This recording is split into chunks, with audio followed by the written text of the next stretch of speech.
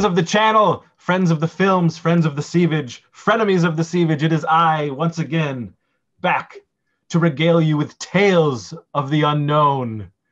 Making a Crapsterpiece, a very, very, very special episode this time, friends, because we are joined with somebody who you fans have asked, where the hell is he?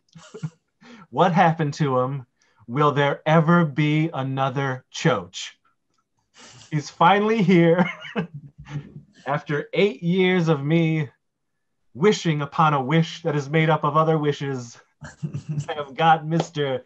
AJ Stabone himself, the Stabonester, is in the house. That is a fantastic introduction. I'm all jazzed up over here.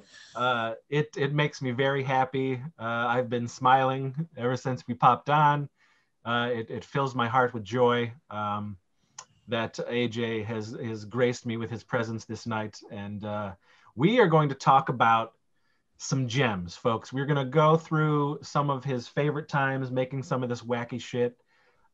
He was a part of 10 films.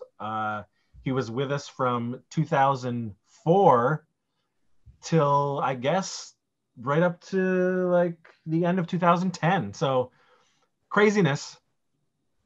Such a lot that you went through in that period of time. Very eye-opening, I'm sure, for you as a youngster. Yeah. So let me run down the films that Mr. Stabone was a part of. Filthy McNasty 3, Mulva 2, Bonejack High, Heather and Pugly 2, Crucify the Devil, Destruction Kings, Carnage for the Destroyer, Teen Ape Goes to Camp, the shitty Trauma movie that we made, Taint Light, and Filthy McNasty 4. Those are the amazing films you are a part of. My goodness, AJ, how have you been?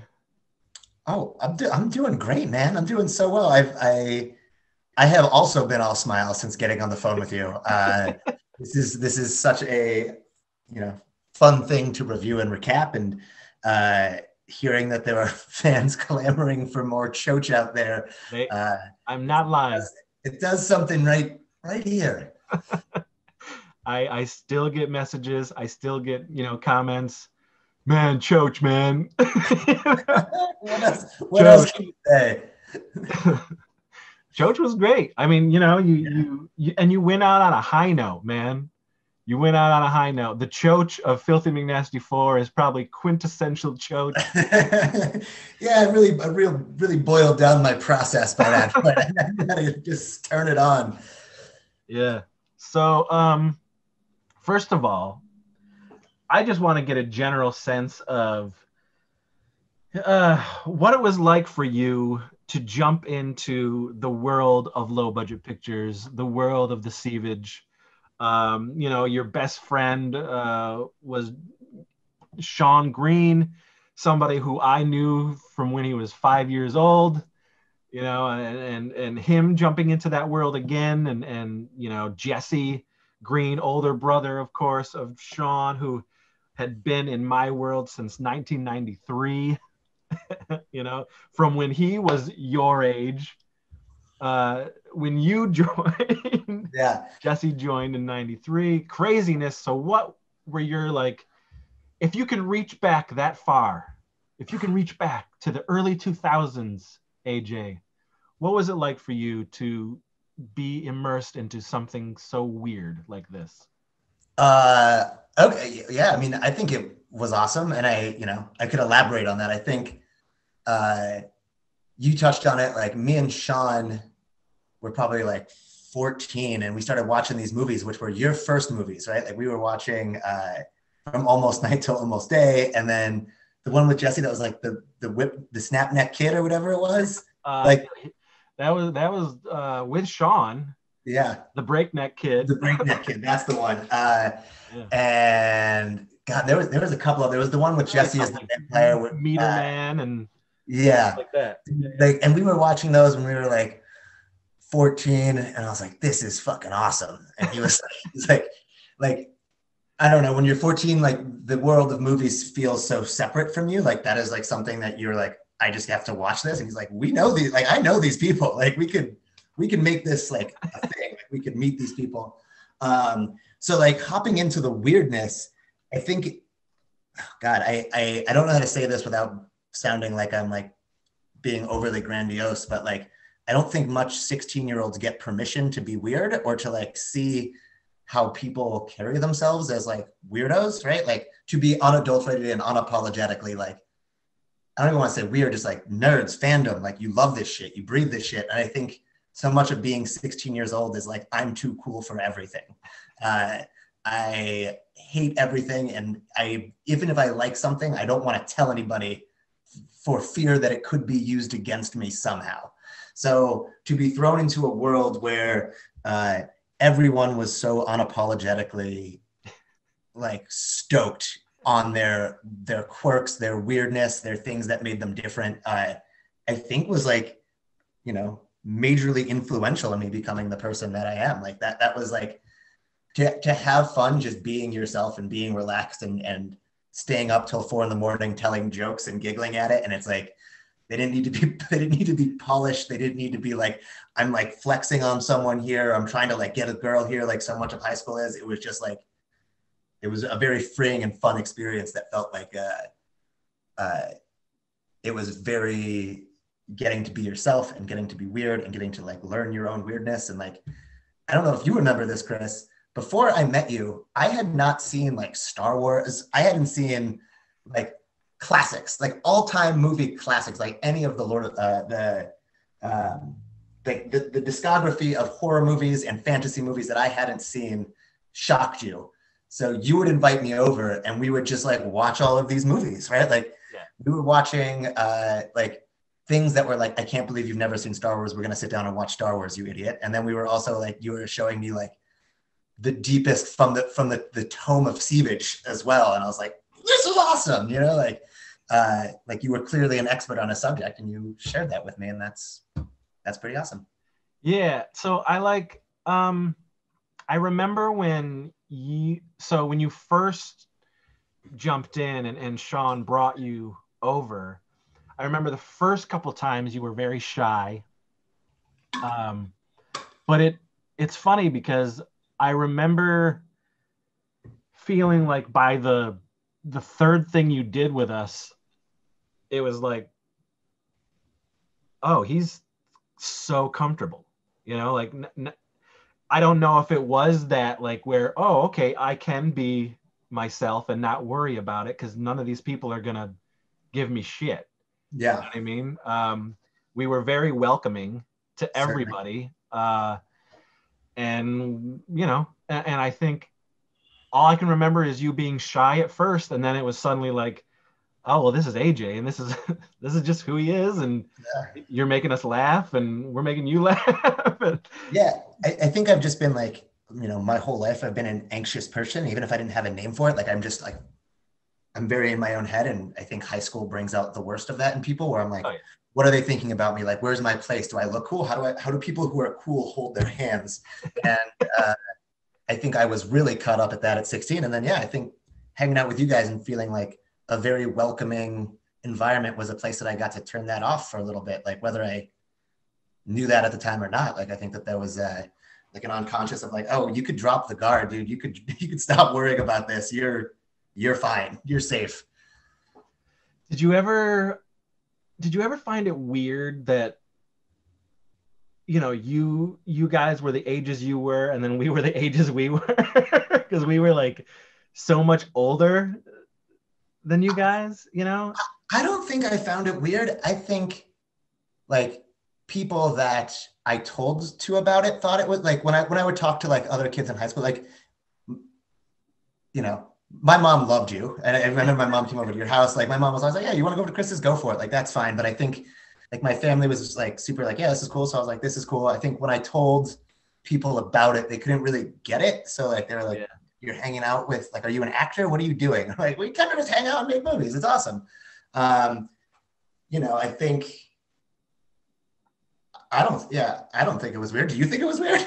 I don't, Yeah. because I'm a big kid. You know what I mean? Yeah. I remember, like some people would kind of question things like that. Like, but even growing up, I always was hanging out with people younger than me. And I think it's just because the mentality was almost the same. Like Yeah. I am a giant kid and I just love having fun and love being a geek and love I didn't see like a gap. You know what Sure. I mean? I hear And you. I think the people that were brought into the world or surrounded the world were also the same type of like, who cares? Like whatever. Like, let's have fun. It doesn't matter. Like, what? You're 16? My God, like I don't Yeah. think anybody questioned that or anyone gave it like a second thought.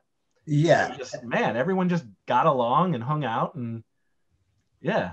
Yeah. And it's like, considering all of the nonsense I could have been getting into at 16, and like honestly, like what we were doing was like it was in no way corrupting. You know what I mean? Like it's like if I show people the movies, like this is weird, but no one was like, oh my God, I can't believe that AJ saw a titty on set. You know what I mean? I Like, think it's funny, your mom, like, it probably helped that, the Greens knew me so well, yeah, because I'm sure your mom, like, okay, so this Chris guy, yeah, this Chris man, like, what, who, you're like, what is this guy all about? I'm sure that helped because, I knew the Greens since, you know, yeah. And my mom was just always super like she trusted me to have a good head on my shoulders. Like she's like, do you like hanging out over there? What's the deal? And I was like, we drink cream soda and watch movies until 4 a.m. She's like, that sounds awesome for you. Go for it, right? yeah, Like, yeah, yeah. So yeah, she was all stoked on it. yeah, it was very cool. I remember, like, I remember your mom being like really just chill with it, and she was always nice, and I remember her being very okay with like us shooting there. Or I Mm-hmm. mean, think about this, AJ. You would go off to like conventions and you would just go go off with us. Oh, Yeah, we're gonna go shoot in Ohio. Okay. yeah, yeah, Like what a fun, weird experience, you know? yeah. I mean, insane. Yeah, insane. Uh, so like, and okay, so being a part of that, being and making these movies, like, how did I, and I can't even think about like why I would be like, hey AJ, you're gonna act. Like, here's some dialogue, and I want you to play these characters. Like, I had how a was face, dude. I had that look that you were looking for. well, it's just so interesting because like as young as you guys were so good at it. And I don't know if it was because you were young or because you just didn't seem to like have any fear or anything going into this stuff. But I mean, I laid out monologues for you guys and some of the weirdest stuff for you guys to say, and you guys were just so like down and game and able to do it, and enough to where I trusted you guys and laughed and believed that you guys could still continue and carry these films. I mean, I wrote movies around you guys. Like, that's crazy to me, Yeah, now thinking back on it, but you guys killed it. It was, you guys were some of the most fun to write. So what was that like to be like, okay, now I'm thrown into this, but now here are these movies and here are these scripts and avalanches of dialogue that like he wants me to know and he wants me to be a part of. What was going through your head as a youngster at the time? well, you listed the movies I was in. I think the first two things I did on set were I was a baghead in Mulva 2. Uh, So yeah, and you were a yakuza. Yeah, Yakuza. Oh my God, that scene. Yeah, I remember that one. And then I was also like random zombie Yeah, in filthy. one of the early ones. That like those were long nights on set where I didn't have anything to say. Like I didn't have you had no dialogue for me. We had just like kind of met each other. And I remember being like, man, like if this is awesome. Like it'd be really nice if I got to like say something. So when you started writing me lines, I was so stoked, right? Like I was like, man, like I've been on these 4 or 5 a.m. shoots in the cold warehouse in downtown Rochester, covered in blood down my face.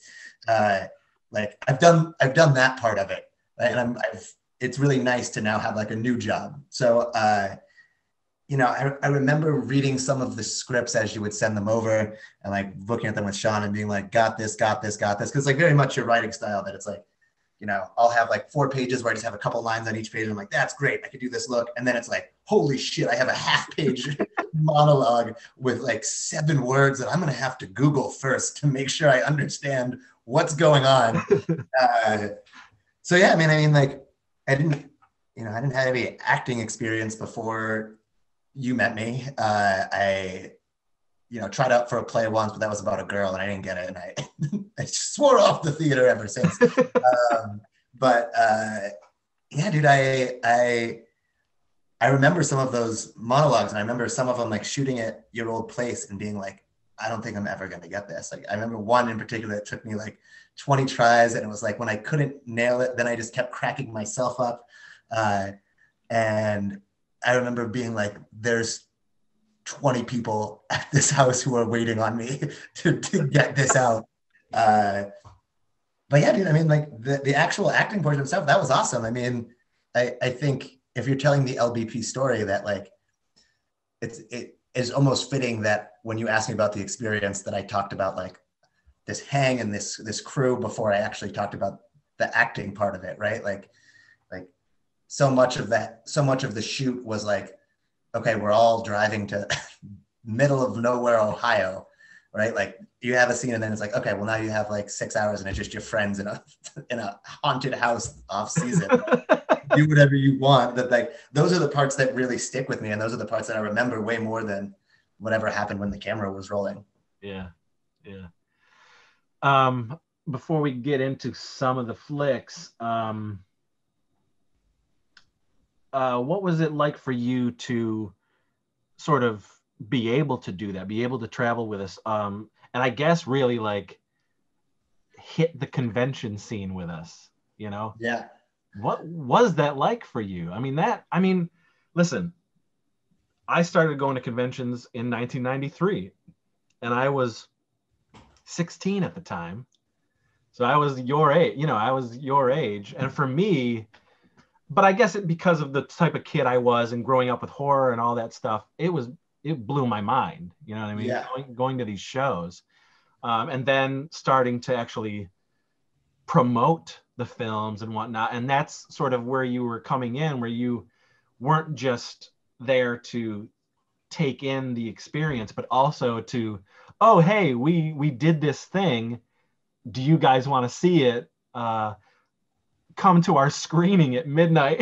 Yeah. Like, what was that like for you? Yeah, dude, I think the conventions, I'm sure we have very different convention experiences, being that you were such a fan of horror and this like 80s culture and stuff that you were like, oh my God, this is the mecca for it. For me, it was like jumping in the deep end of the pool when I didn't really know how to swim yet, like, which was awesome. I'm not saying like I was drowning, but it was like, all of a sudden it's like, holy shit, there is so much content in culture here that I have never even heard or seen of before.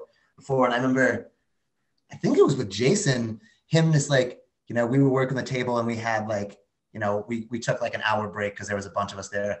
And Jason just walking around being like, oh, you never seen this? This is like one of the dopest animes, grab this. Like, oh, you never seen this horror? Like, you should grab that. Like, it's one of the best. Like, oh, you don't know who that person is? Like, you should go talk to them because they saw they were in this and this. And I was like, whoa, like a full immersion right off the bat. And it was like, like you said, like it was crazy, especially at some of the later ones that people were like, holy shit, it's Choach. And I'm like, I'm not a 17-year-old in real life. Like, I hope I'm not really that person. But yeah, dude, that was all good stuff. I remember like the one in Ohio that I remember the most was like Sean was there. I mean, it was like the whole squad. We had a full table for that one. And I remember that being like maybe one of my first or second conventions of being like, oh my God, like this is awesome. There is so much stuff here that I don't know about. And also like people know who I am, which is weird. Shocking. Yeah. And we always did screenings. Yeah. And they were always like standing room only. Yeah. Awesome. People actually came to watch this stuff and laughed and enjoyed it. It was also like Josh was a fan and he just came to the table and started bothering us. I remember I have pictures of you guys.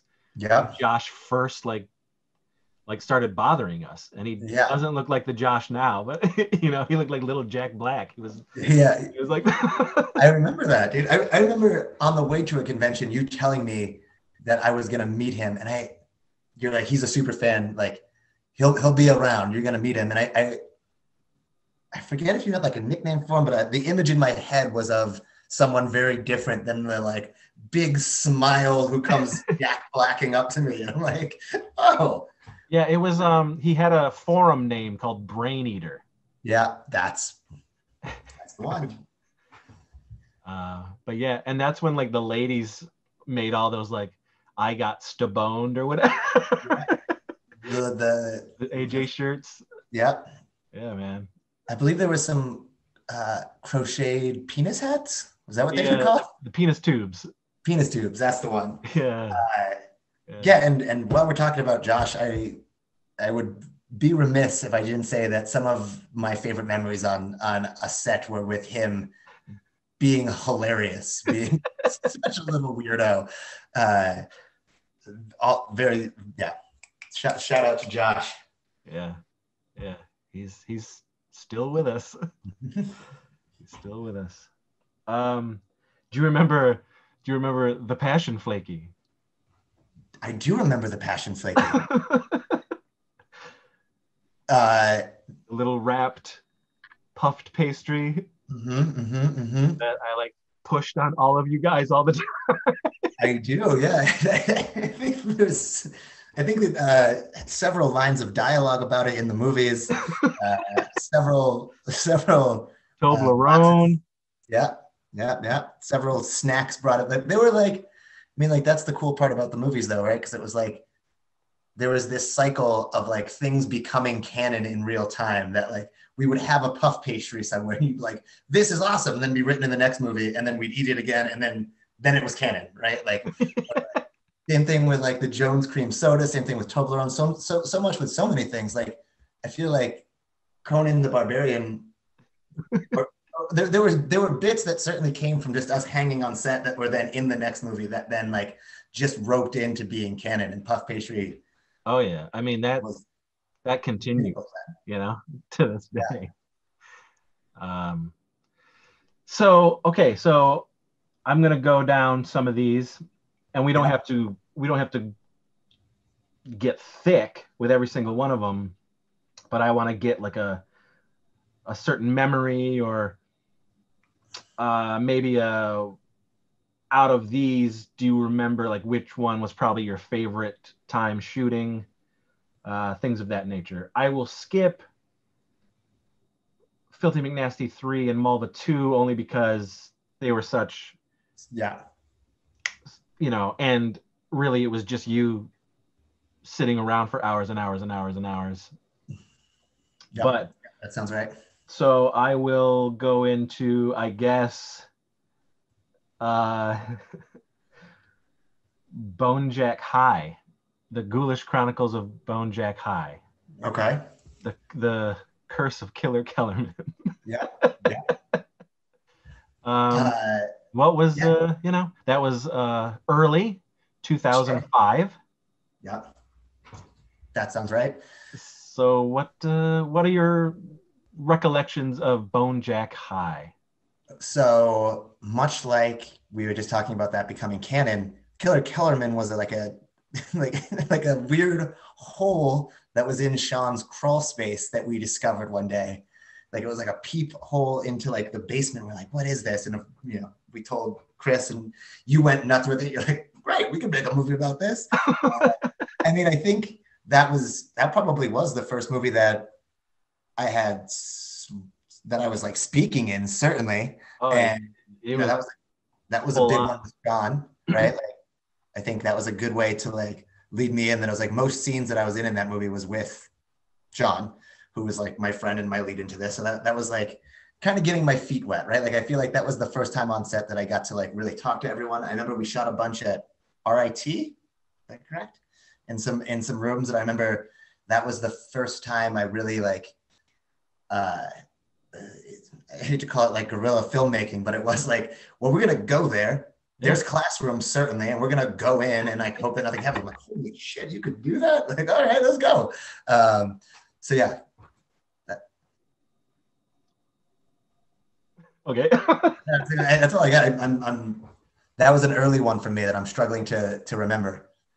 It's interesting because it's funny because that's a very significant one. One, at the time, it became our longest flick that we had done up to that point, that I had ever done up to that point. And it was kind of a big production. It was, I don't think it was as big as Malva 2 and Filthy 3, but there's a lot going on in that movie. With a lot of like moving parts as far as the characters were concerned. And it really was the start of the group, the trilogy of the kids who would go on, Yeah. So yeah, 100%. And I think I mentioned Sean obviously as like having a lot of scenes with him. That was also, that was, I think, my first time meeting Meredith, or certainly maybe not my first time meeting, but certainly my first time like being in scenes and acting with Meredith. Yeah, that was the movie. Now, you had been hanging out with us and you did the 2 movies in 2004. Yeah. And you had been around, but so going into, Bone Jack, it was February of 2005. So going into Bone Jack High, you had already known everybody. Yeah. But I think that was the first time that we got to like be in scenes and act. And yes, this was your first like actual big like, yeah. Here, I'm gonna write a shit ton of stuff for you to do. Yeah. Okay, so let's go into, I guess, let's see, Heather and Pugly Crucify the Devil. This is Choach's the first introduction to Choach. Yeah, so I do remember that one. I remember we shot some of it at my house. Yep. Right, in the basement. I also remember that being my first time getting to do Choach, and I remember getting to go costume shopping for Choach. That I was like, I forget whatever job I had at the time, but being like, I read the script, or maybe we had just talked about it at that point, and I remember going to like Goodwill and being like, what do I think this Choach guy is gonna wear? And I had like, like some long trench coats, some very frilly things, and I remember like I remember watching that and post or whatever and being like, oh my god, I love how Choach looks as he like frosted back. I also I think it's hilarious that Choach has such a, not that Choach isn't a fantastic and well-written character, it's just funny to me that he has such a following, because I feel like the first time, especially in this one, I was so nervous, right? Like I didn't really know what I was doing, and now you give me like not just lines, but like a character, because like Bone Jack High was very much about the group, and I don't know that too much of their own characters got to shine out in that, the same way that like Choach is now, canon. Coach is a character, and like I was like, holy shit, it's a lot of fucking responsibility. Don't blow it. Do you remember that Choach was based on a real person? I do not remember that. Remember Jen Stone? Yeah.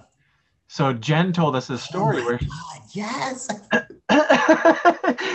and remember, he said, you can call me Choach. Yeah, I do remember that. My name is Jam, but you can call me Choach. And that his favorite band was Jamiroquai. Yeah, that all makes sense. I don't know if you remember this. I'm sure you do. We were shooting that at my house, it's like in the suburbs, and we were shooting in my basement, and I was dressed up as Choach. And then we got a knock on the door, and I was like, "That's weird. Who could that be?" And I opened the door to my own, I mean, my parents' house, but like where I lived, and some like college dudes walked in with beer, and they're like, "Is this where the party's at?" Do you remember this? You might have been downstairs shooting. I might have told you about this later. And the dude looks at me and he's like, "What are you supposed to be, Elton John Elway?" And I was like, "Whack diss, but wordplay, that was pretty tight." And like they started walking around, and I was like, "What are you guys doing?" They're like, "Oh no, we just heard there was a party here." And I thought we were getting like pranked, like, and they're like, "Oh no, I think we just have the wrong house." And I like walked out, but it was like me in full Choach attire as they walked in. And dude, honestly, I think about that interaction all the time because homeboy dropped Elton John Elway on me, and I was like, "What?" Like, damn, dude. Imagine like them like walking out there and be like, "What the fuck was What that?" just happened? Yeah, dude. I think that, I mean, God, you know how like you rewrite stories in your brain or your brain rewrites stories. I'm almost positive that they went downstairs or like for some reason and saw the rest of the gag and then were like, "We've made a huge mistake." And then Maybe they did. Maybe they did. I do remember you say or something saying like, "There's these randos in my house." Like, yeah, and like I thought that they were with you guys. I was like, I guess everyone's downstairs if you're looking for what you're looking for. Like a couple of like fratty dudes with a case of beer, and they walk downstairs and they're like, "Absolutely not. See you later." yeah. Shit. Yeah. Yeah. That's fun. Yeah, man. I haven't thought about that in forever. um okay, so from Heather and Pugly 2, it went into it went into Carnage for the Destroyer or And Apollyon the Destroyer. boy, oh boy, do I remember this one because this was, you asked at the beginning like what ones were the most fun to make, and this one was my most fun to make. I think for a couple of reasons. One, I was 16 or 17, and it was like, we're gonna go to Ohio to shoot this, so it was like we're doing this for what, 3 days, 4 days. We're gonna be there and just shoot the whole thing. Second part was that you have that hookup at like a haunted house, which like as a 16-year-old being like, okay, this haunted house is not new. You get to like see all the trap doors and the different ways to go around, like all of the like, we had great special effects on that. The scene where I like shoot myself at I remember watching it and be like, holy shit, dude, that looks fucking good. We had like jacking off before death is fucking dope. I got to spend a lot of time with Matt on that one, who I always really liked. I'm not sure if it was one of the conventions or for this movie that I actually like went to his house where he was living with Emily, question mark. But it might have been this same trip. And I had always liked Matt, and I like to go to their house was really nice. And then also to like, we shot at that bowling alley, which was super dope. There was a lot of dope locations in that one that we secured. And that was, we had just met Travis, and Travis's Travisness was like so fun to watch. You know what I mean? Like Yeah. we were still figuring out bits and pieces of him. So like watching him just like for like 3 days, just like, put a quarter in and let him go, because you could just listen to him talk and be like, this shit is fucking hilarious. Yeah, he's a live action Muppet. Exactly. Muppet made flesh. Yeah. Yeah. So like that whole production was probably one of my most fun. And yeah, great sets, great Travis action. I think up to that point in my life, even having known you guys, Travis was still unlike anyone I had ever met before. And just like getting to spend so much time with him that it's an equal mark, like smacking your knee, laughing. And it's also like, wait, what did you just say? Like, hold on, say that again. What the fuck are you talking about? So yeah, that was a great one. Yeah, crazy time. Yeah. Yeah, we stayed at Matt's house. Yeah, that's what I during the thought. shooting of that. um, watched, Trailer Park Boys, and Yep, that was my first time seeing Trailer Park Boys too. I remember we did like the read through, Yeah, we did the read through at his house and all that stuff, and crazy. Yeah, man. Crazy times. yeah, That was still in 2005. yeah, Again, like folks, if you're just, if you're a new fan, old fans already know, but we shot so many movies in a year, that it was like, I mean, it was insane. It was a yeah, it was a semi well-oiled machine, and we would make 5 to 6 movies a year sometimes, back to back to back to back to back, yeah. and shoot so fast. 2 to 3 days was the shooting schedule. And so in 2005 alone, you did uh, Bone Jack High, Heather and Pugly 2, Carnage for the Destroyer, and then we ended that year. Not only did I get married to my first my first marriage, Mhm. but we also, near the end of there, shot Destruction Kings. um, so what are your, and that was bringing back Mowgli, Yeah. Mowgli and Stefan. So what do you remember about Destruction Kings? I remember there feeling like there was a lot of hype on Destruction Kings. Like maybe this was pressure that you felt, or that you were, that like this was uh, a production that was perhaps years in the making. Am I remembering this correctly? That it was like this had. So yeah, we had plans for it, probably like a year and a half, 2 years of like, man, this is the one that we really want to be, something special. And the original script was way more insane than what we shot. Yeah, Due to time, budget, whatever. sure. Me having anxiety attacks during the shooting of that movie. Uh-huh. But Uh-huh. Uh-huh. yeah, what are your? I, so not to elaborate on the panic attacks, but I do remember that that was a very challenging shoot for a lot of reasons. That like it felt like sometimes motherfuckers just trying to always ice skate uphill. You know what I mean? Like it just felt like things were not clicking and falling into place for a tremendous amount of that shoot. And I Yeah, remember, I think we're at Mount Hope Cemetery, right? Where we shoot a scene there. probably. Yeah. Yes, yes, I, we did. I remember like being there and like having a moment where like I think it was raining, where you were like getting the camera ready, where I like was like, oh my god, like just like I wanted to like sleep for 16 hours straight. uh like I forget my exact attire, but I'm pretty sure it was like a tank toppy thing, and it was like drizzling in the rain, and it was cold, and I was like, Jesus Christ, what the fuck. But I wish that I had more memories around that weren't so like, this is a onerous and exhausting shoot. Yeah, yeah, it definitely was a tough one for sure. Yeah. A lot of What, shit what, going what on. other challenges were we having on that one? What was going on? Jog my memory. Special effects, weather. Once again, the fabled warehouse. Um, yeah, things just not sort of clicking.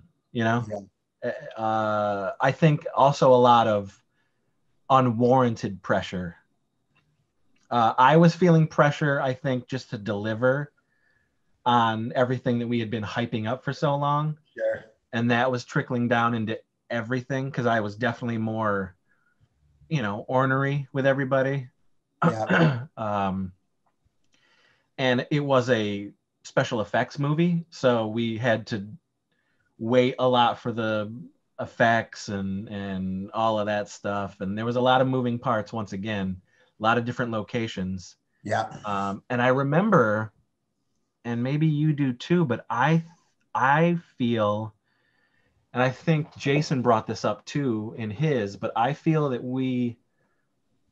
this was one of the first movies, or the first movie since the early 90s for me that we shot 2 weekends. That sounds right. Because it was just too much shit, man. It was Yeah. too much shit. And we had certain people one weekend and certain people another weekend. Yep. Um, Yeah. I remember that. I remember seeing that shooting schedule. I also remember from this, and uh, I, you know, there are so many nice things to be said about so many of the early, of the LBP squad of that day that I was hanging with. But like Meredith was a fucking rock on that production. Like, I don't know, I'm sure you remember, but I remember her like, we're being like, oh God, what are we gonna do? She's like grab the camera, get this. Like she was like in like, let's do this mode for so much of that. And like such a, like she was such a force of good on that set for like keeping people level and like keeping cameras rolling, keeping things getting done. Like I distinctly remember Meredith being a rock star on that production. Meredith, I mean, that was sort of the role that she, I guess I entrusted her to Yeah, be like the second in command sure. because she, you know, she did her shit. I trusted her to try to get people remember I said to everybody, no jacklacking. Jacklacking was a thing that I used a lot, and she tried to keep it in motion. She tried to keep it straight. She was more organized than me. Yeah, You know, and even we would butt heads because there would be times where I would tell her in no uncertain terms, you keep me straight even if I give you shit, you know, yeah, to try to take us off track or to say, oh, we're going to cut this. I'd say, Meredith, you fight with me to make me do these things. yeah. And we did, and we would butt heads that way because I would be like at my wit's end. And I'd be like, fuck it. We're gonna take this, we're gonna cut this, we're gonna take this out, we are done, blah blah blah. And she'd be like, no, we're not. Like, she was always like, I no. very much remember that about that set. Like, I think that was a dynamic that was going on during a lot of these movies, that like Meredith had a second in command kind of air about her. She was organized and like pushing things along and certainly, like keeping things on track of like this next. She was always behind the camera when I was like, with the script and making sure that things lined up. But on this set in particular, or this on Destruction Kings, I remember being like I was exhausted, you were exhausted, like all of us were exhausted. And I remember like Meredith being like, get up, go stand over there, we're gonna shoot this, and being like, good on you, because if she didn't, I probably would have crawled over and napped somewhere. Okay, so the turmoil of Destruction Kings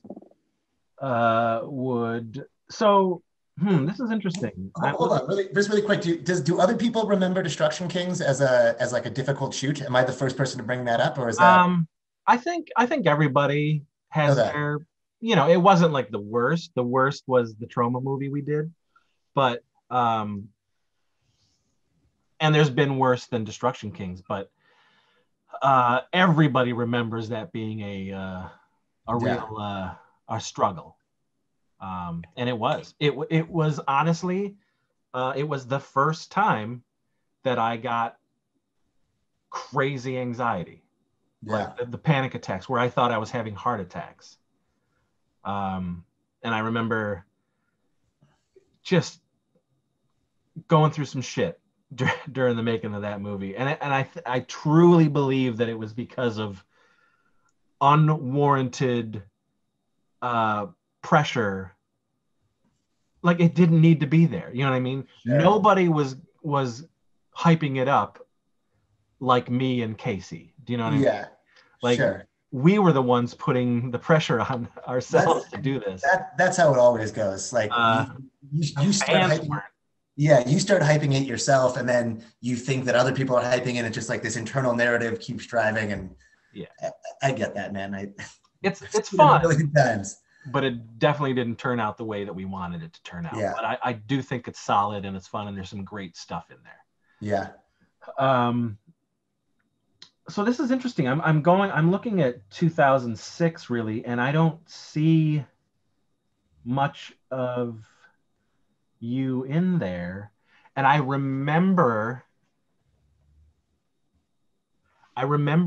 you, and I don't know if it was I remember you and I having a conversation uh, where you said you needed to chill for a bit. And it might have been because of the anguish of Yeah, Destruction Kings. Destruction Kings. But I remember because so during all this time, not in addition to okay, weddings, hanging out, going to conventions, uh, you also became like the karaoke kid. And that was because of the shows we were doing Yeah, and things of that nature. So that because was, of those amazing performances, I was like, I'm gonna write a movie. I'm gonna yeah, write, and this is gonna be you and Karaoke Kid. It's gonna be huge. So the first thing going into 2006 was the Karaoke Kid, and I correct. remember I was like devastated that you were like, Chris, I gotta step back. You know, I remember, Yeah, I remember. I think it was just a lot, for yeah, you.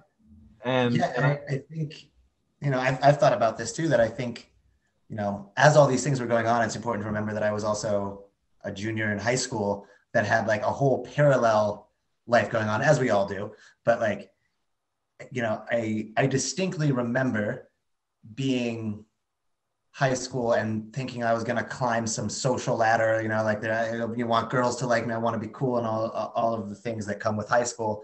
And I remember, God, this is so dumb. I had like a live blog, like before MySpace, whatever the fuck it was called, like some blog that I wrote. And there was an article that was like me getting a new car, and then I made it a joke, and it was like 40 likes. And then my next post was like, me on set this weekend, which I thought people were going to love. And everyone's like, what is this? I don't get it. You know what I mean? Like, I distinctly remember people being like, that life, like feeling like those lives were very separate for me. Right. Like, and I think after Destruction Kings, 2006, I'm probably a junior. Like, I think very much I was like, I, I don't know exactly why I asked to take space, but I do think that I was like, these are a lot of movies to shoot back to back to back to back to back, and wanting a little breather from that certainly aligns with adult me's understanding of me, of doing things really all in all at once, and then being like, holy shit, too much, and then like falling away and not doing them again for a year, and then coming back and being like, I love this thing again.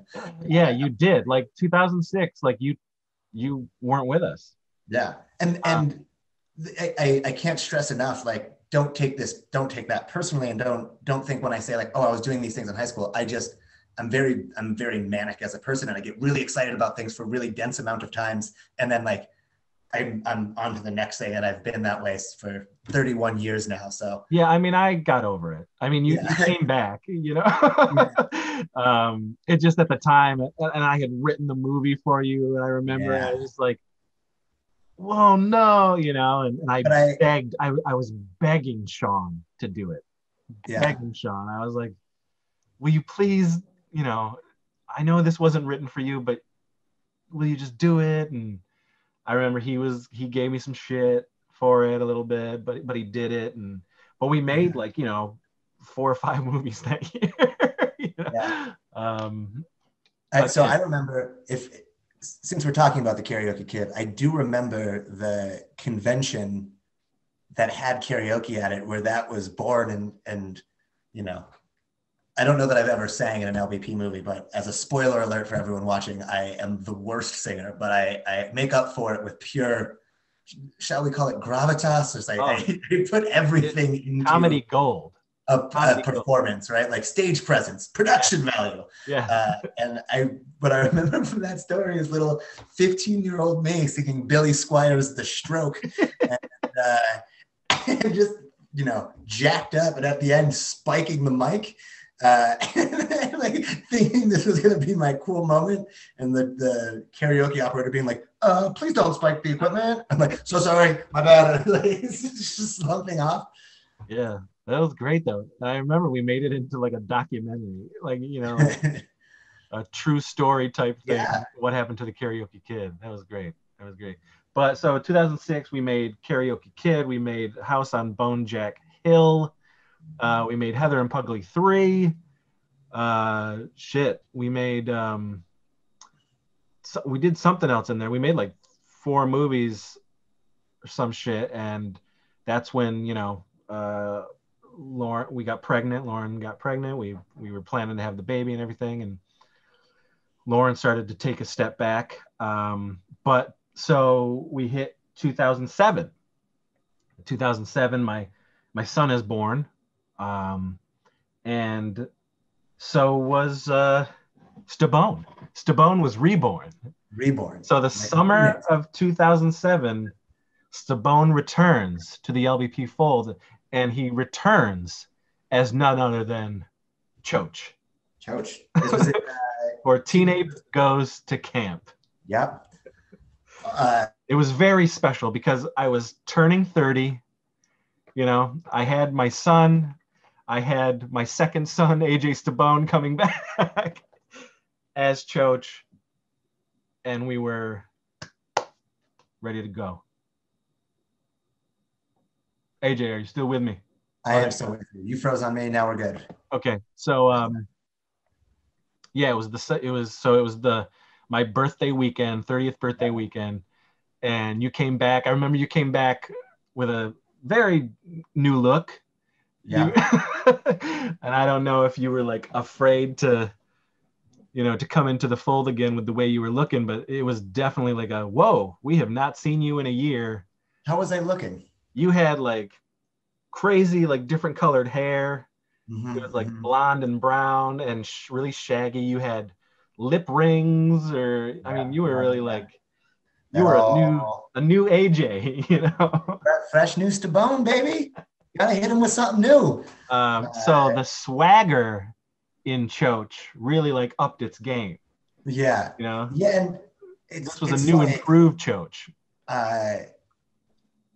God, I hate saying this out loud, but like I think that there's a little bit of actual Choach in me, or a little bit like I still fucking have dyed hair, and I don't have the lip ring anymore, but like I've always wanted to, I always have carried myself with false confidence that I have not earned, and I love being like a.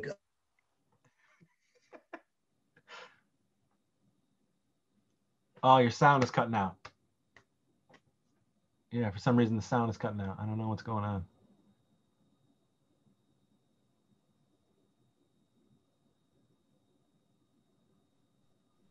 The Mormons, they're coming for it. The Mormons have done this? Okay. We're good. I usually get really good internet back here in my office. I don't know what's going on. Yeah, came back fresh. But I also think, when you're 17 and 16 to 17 to 18, you change a lot in those years, or at least I did. Yeah, but yes. What was cool was that like it really, you weren't though, Yeah. I mean, once you got with us, I think with a lot of people, certainly in the group, it's like you're one way with this group, you're one way with this group, and then when you get with this group, you're just this, and this is how it is. And so for us, there was no change. It was just like, yeah, oh shit, a year passed, but you're right back in it, and you're laughing, you're making us laugh, we're telling the same stupid jokes, or it just, I don't know, it felt great, and it was awesome to write Choach again. Yeah, I think you're touching on something there, because I said earlier, while all this is going on, I'm also have this other life as a high school senior. But I think for most people who were in these movies, they would go home and interact with different people and do other things and have jobs, presumably, and then come back and we'd shoot these in a weekend. And I think, you're really touching on something important. That's like, sometimes when you get back together with like a group of friends you haven't seen in a while, there's like that awkward, like couple, like, hey, like, no, what have you been up to kind of things. And I think that there's also friends that like you get back in and it's like, and we're back, right? Like there's like no need to like structure or get back into it. And I think, maybe maybe shooting things over the course of a weekend kind of lends itself to that. Like we don't have a lot of time to play catch up. We're gonna just get right to it. But I think that, like you said before, the group was always so welcoming that even coming back after a year, it was like you said, it's like we're right back into it. Yeah, it was. Do you have you remember anything about Teen Ape Goes to Camp? I do. I certainly remember one particular scene that was hilarious. Are you referring to me and Teen Ape? Yeah. I also remember that. Hilarious to watch, but even more hilarious to shoot. Yeah, I think that was to that point the most.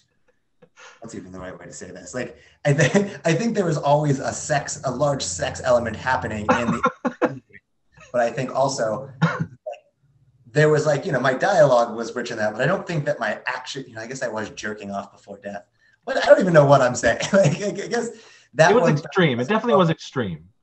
Yeah, that was the most hands-on we had gotten into a scene like that. But yeah, I certainly remember that. I remember.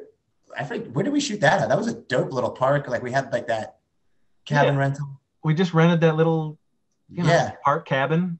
Yeah. And we did it in 2 days. Yeah. I remember we were shooting a montage for that. That was super fun because it was like, what things do we have for a montage? And we just busted it out. It's like a kickball. It's like, all right, let's run around the field. Like, just kicking a ball. Yeah. And then so we did the majority of the shoot there. Yeah. Oh shit. And then we did the campfire scene. I can't remember where that was. It was behind somebody's house. So I can't remember whose house, but we did a campfire scene, and then we did the where Teen Ape bursts out of the water. We did that also at a park. I think at the same park, but there was this weird the small little island that was below where most of the park was, and we shot the coming out of Teen Ape from the water and all that stuff. Yeah, and Kurt played Teen Ape in that scene because no one else wanted to get into the water. Casey didn't want to get into the water, and Kurt's like, "I'll do it." Yeah, enthusiastic. That's and awesome. I remember we had to do it a couple times because he would come out and he's supposed to not be cold, but he could not be cold. And so he would come out of the water and he'd go, "Oh, God." And I'm like, "Kurt, you need to scream. You need to be, But he would be like, "Oh, God." I remember that. What do you remember? So I remember Sean was Proudfoot in that movie. I think that was Sean wearing the. That was his 4th time playing Proudfoot. Yeah, Sean is one of my pastiest friends, and him with a straight back wig, trying to be this wizened Native American. I remember shooting those montages. I definitely remember the loving threesome that me and Teen Ape had together. I remember being. That's probably the first time I met Kurt. Yes. Yeah. Yeah. And Kurt was a blast on set. He was so excited. Like you said, no one else wants to get in the water. Kurt's like, "Let's go." And that all gels with my recollection. Yeah. All right. So then then another year goes by. Yeah. To be fair, that year I am in Syracuse at the university. So 2009 comes rolling around. Yeah. And after like 10 years of friendship with Trauma, we finally sign a deal to make a movie for Trauma. And at that time, it was going to be the ultimate LBP movie, Yeah. where we bring in every single character from all the movies, um, intertwine, and they fight Hitler. Mm-hmm. Mm-hmm. So, and not only did we do that movie, AJ, but we did Taint Light right after it. Yeah. This was the first time that I had ever done two movies in a total of 8 days. That's too many movies. It is. Yeah. It is because the Trauma movie was a goddamn nightmare. And to this day is the movie that every single person who made that movie hates that movie and has nightmares about that movie. It was the worst shoot we ever had. Um, it was really fucking rough. But You, you were you'll Choach. have, You came back as Choach. yeah. And Baghead. You'll have to jog my memory on this one because, like, of those two movies, I remember shooting Tate Light. I remember like a lot of that. I don't know if this was so traumatic that I have blocked it out in my head Well, here's some. the thing. It was great because you only had to do your parts and then split. Do you know what I mean? Yeah, Like you weren't there for the whole shoot. sure. So you would come in and you were either a Nazi warrior, soldier, or you were Baghead, or you were Choach. Yeah, And so you were probably out of the 4-day shoot for the Trauma movie, you were probably only there for 2 days. that sounds about right. But not full days. You were there, you did your stuff, you helped us when you could, and then you split. So you missed out on some of the terror and turmoil that happened during that shoot. But Choach, Choach was a bookie, if you remember. Choach was now into making money off of fights. Okay. You were the manager for Heather because Pugly and Heather split, Yeah. and Pugly went off and did her like she was, running a store, and Heather was now like making money fighting. Yeah. Yeah. Yeah. I do remember this. Okay. And Choach was making big bucks off it. Poser Bucks, baby. Yeah, I remember this. Which seemed like a very logical place for Choach to end up at that time. Yeah, the next logical step at that point, dude. Running book. But so I think the most that you worked on that movie was the first day Nazi stuff we had Debbie Rochon. Yeah. Billy was there playing Deathbone again. Josh was Hitler. Yeah. Yeah. And we had all those extras in that weird area where it had like a cave looking thing and a yeah, dude. Okay. Yeah. Where were we shooting? Was it but it was cool. It was a neat location. It had like all these stairs and caves and like shit. a bridge and all this shit. And there was a lot of us, and we had a documentary camera going, and there were people like half-ass people doing like shitty effects. Like I didn't know. These must have been people that we pulled out of our asses to try to do the effects. I remember, and we were throwing costumes on everybody. Like you played so many different things in that one scene. And then you were gone. I do remember that. And then I think the next day you came to do the Choach thing. Yeah, that location was super dope. I know exactly what you're talking about. This is I don't know of all of the LBP memories. For some reason, this, I guess, like you said, because I was only on set for half the time, this one seems so foreign. It seems like that hasn't anchored in my brain the same way that the others have. Yeah, and then we shot the Choach stuff right out back of the bar there, the bug jar. Yeah. Um, and I think that was the only Choach stuff, Yeah. if I'm not mistaken. You and then Teen Ape shows up, and you and Teen Ape butt heads, and Classic. You you know, know. we don't get along, so it makes sense. So we shot that movie 4 days. Then there was a 1 day break, and then we went right into Taint Light. Yeah. And Taint Light, compared to the Trauma movie, was a complete breeze. And not only was it a complete breeze, but it was one of those movies where we didn't give a shit about this movie. This was made specifically so that I could pay some rent. Yeah. We didn't really want to do it. And but you're pretty much in the whole movie. Yeah. As werewolf Michael Jackson. Yeah. Yeah. So, do you remember anything about making Taint Light?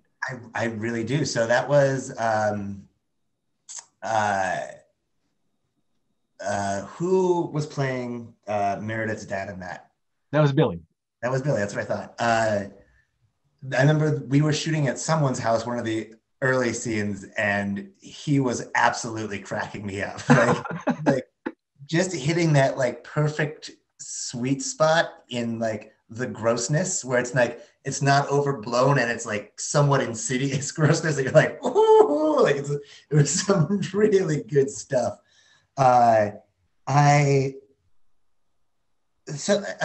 would have to rewatch it, but I feel like there's a scene, not where I like transformed, but at some point I was werewolfed up pretty well. Well, yeah, we had like this shitty, like, all we did is like brown your face and put like black on your nose. You had like hairy hands. Yeah. And then like Michael Jackson stuff. And that's about it. That was it. Yeah. But I remember, coming out of wardrobe or like getting done like that and coming out and just like everyone cracking up and just like look at me. And then I also like look at myself and crack up all over again. Like it was, I think you nailed it, that it's like the stakes felt very low. So it was like, okay to laugh at ourselves again. Oh yeah. And be like, I guess this is what we're doing. Yeah. Definitely was a breath of fresh air after that shit movie. Yeah. Did we shoot in like a Wegmans parking lot at some point where we like? Yeah, that's where you first transform. Yeah, that's what I thought. I remember there were like people walking back there. They were just like, what the fuck, and then we went to that sports place, and we shot at like the sports garden. Yeah, we shot like Frolf, Frolf in there, and there was we're throwing the frisbee around. Yeah, Jesse came back, Jesse Green. Yeah. Which was a big deal. Yeah, crazy. Yeah, what was Jesse in that? He was the bad guy. He was like the main, like, he hated, the fag fires. He was Razor. He was Razor McLead of the Clan McLead. Yeah, and that was like one of the first movies that I saw was him as Razor McLead. Yeah. That turned me on to all of this, and I was like, this is hilarious. Yeah, that was the classic scrotal vengeance. That's the one. Yeah, geez. Okay. So finally, that was 2009, and then we get into your last role with us, your last performance, early 2010, Filthy McNasty 4. And Choach is back for his last, and I believe greatest, appearance in the history of LVP. Choach was a complete... Choach, I think I wrote some of the best stuff for Choach in this movie, and you played him to like you were at this point you were Choach. You know. Thank you. No, I mean just like you had it down. Yeah. You knew exactly who this Yeah. idiot was. You know. Yeah. Choach is a character who he just doesn't. Everyone around him knows that this fucking guy is a piece of shit, but Choach is so oblivious to Choach thinks he is the ultimate man, you know. And it just, you played it so funny, and I don't know. And this was fucking cold. It was very cold. You know, it was the fucking winter of 2010. But what do you remember the most about shooting Filthy McNasty 4? I'm gonna disappoint you again. That you're gonna have to jog one. What was Choach doing in this? Set me up a little bit better. So, okay, so remember, so Choach is attending what I gather is some sort of college class, Okay. and he's being taught by Mrs. Sex Ed. Um, and he's basically a Lothario in this. He's got two women who are constantly with him. Apparently, your girlfriends who pleasure you at your beck and call, you know, like whatever you want. And Choach's big thing is that he, you know, he loves to party. He has to party, and he has to be the he's got to be the party attention. You know, when Choach comes into this party, it is all about Choach. Sure. So your thing in Filthy McNasty 4 is basically you got to get to this party. You're like, you know, because the party ain't happening unless Choach arrives. And you do the typical you know you piss on everybody else. You know you shit on Jill, which is the other character that Meredith played, Heather and Jill. So you know pissing on everybody around you other than the women, well, including the women with you, you know, and then showing up in dope weird outfits. Remember, so the first time we see Choach, he's in like Flutie Flakes or something, like he's decked out in this like Flutie Flake attire. We have a clone now, which was, I can't remember who that, what is it? Oh, Ron. Ron was like your clone, and he wanted to be Choach, so he dressed like you as well. He like you know, if you said something cool, he had to say it right back. You know, it was like he was your clone. But it was the party stuff that really makes Choach stand out in this movie, and the attire that you show up in.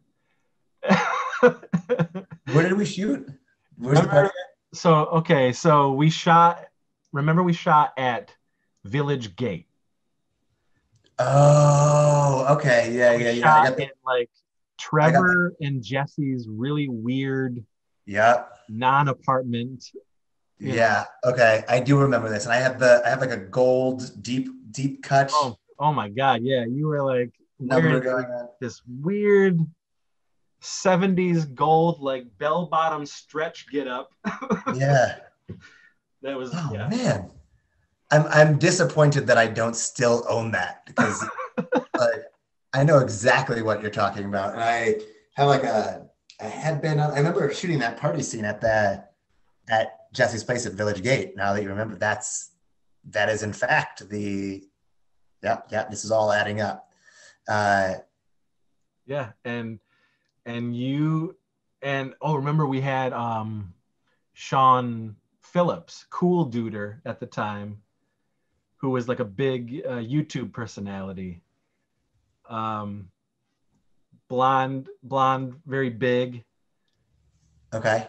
But that was a big thing, and he did 2 movies with us back to back. He did that and Geek War with us.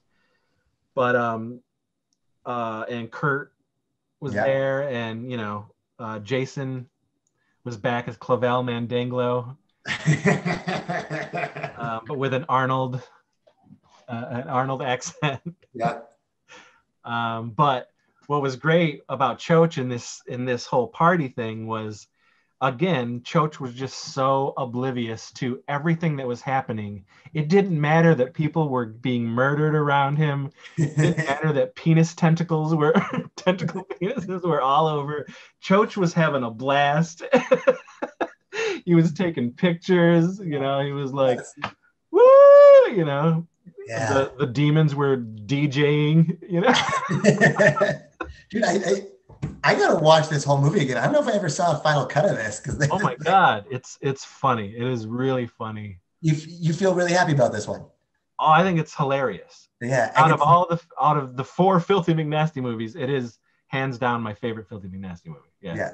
I could see the way you lit up when we started talking about this one. Well, it's funny. It has so many ingredients that make a Chris Seaver movie a Chris Seaver movie. And certainly to people who were sort of missing that style of Chris Seaver movie, Sure. because I was trying to like throw in some different shit. I wasn't all just like wieners and cum and I like to tell goofy stories as well and have like actual characters. So, but so Filthy Four was a way of like melding the old school LVP with the new stuff that I was trying to do. And I was very happy with it, Yeah, that's awesome. And then that was it. And then we did our farewell in 2011, the see it at LVP. And that does that sign off stuck? Like you haven't made anything else under the LVP moniker? Nope. Yeah. Nope. That summer we shot the last low budget pictures movie, which was Blood Fart Lake 2. Mm-hmm, mm-hmm. And then I went right into making Warlock Home Video. Yeah. Right after that.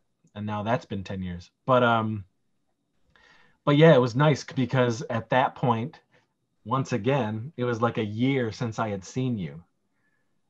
Because I want to say that you were in town during the shooting of Filthy Four because it was Christmas.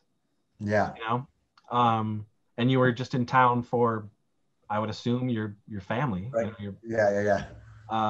And I remember we shot that during, so it was actually, oh my God, it was the very end of 2009 because we rung in the new year making Filthy McNasty 4. That feels right. Yeah, so going right into 2010. So I didn't see you again until January of 2011 for the reunion. And I remember they kept your appearance a surprise. I didn't know you and Sean were going to show up. So this was the one in Syracuse? Yes. Yeah.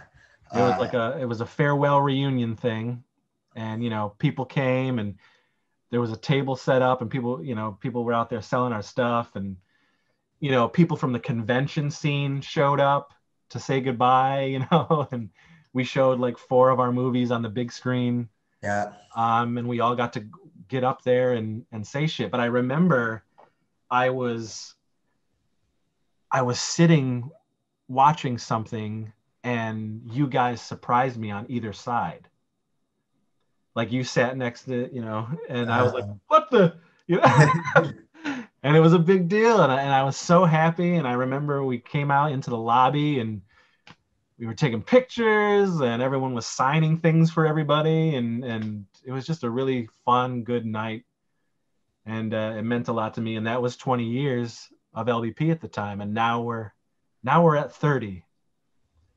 And you come back at the turning of the tides to join me to talk about your history with LVP. And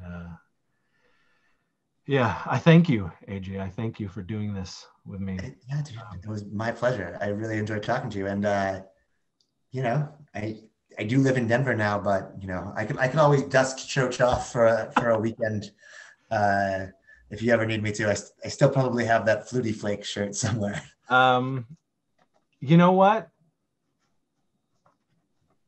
You are tempting me. That is very tempting. I would pay for you. I would fly you out after everybody's vaccinated.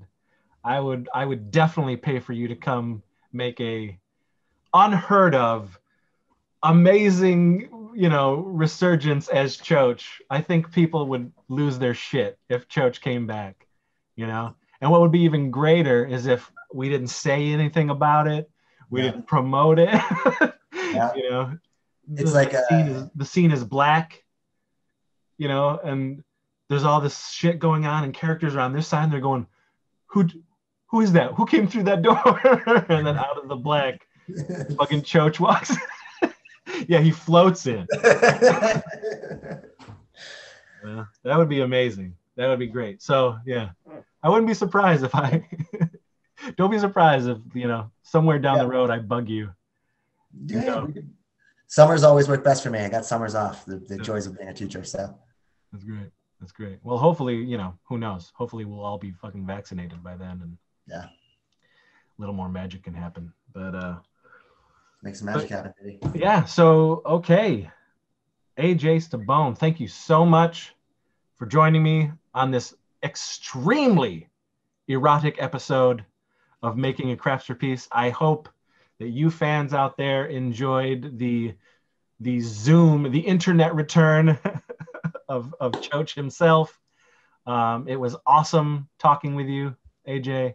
It's been an honor. It's been a privilege. It's filling me with joy, and I really appreciate it. And thank you, fans, for watching this, and I hope you enjoyed it. And remember to, if you liked it, hit subscribe, smash that button, smash that like button, bro. That button. And enjoy the channel. There's so much on the channel for, all walks of life, nerds everywhere, geekery and all that stuff. So thank you once again for Crap from the 80s, for making a Crapsterpiece, and we will see you on another episode. Goodbye, everyone.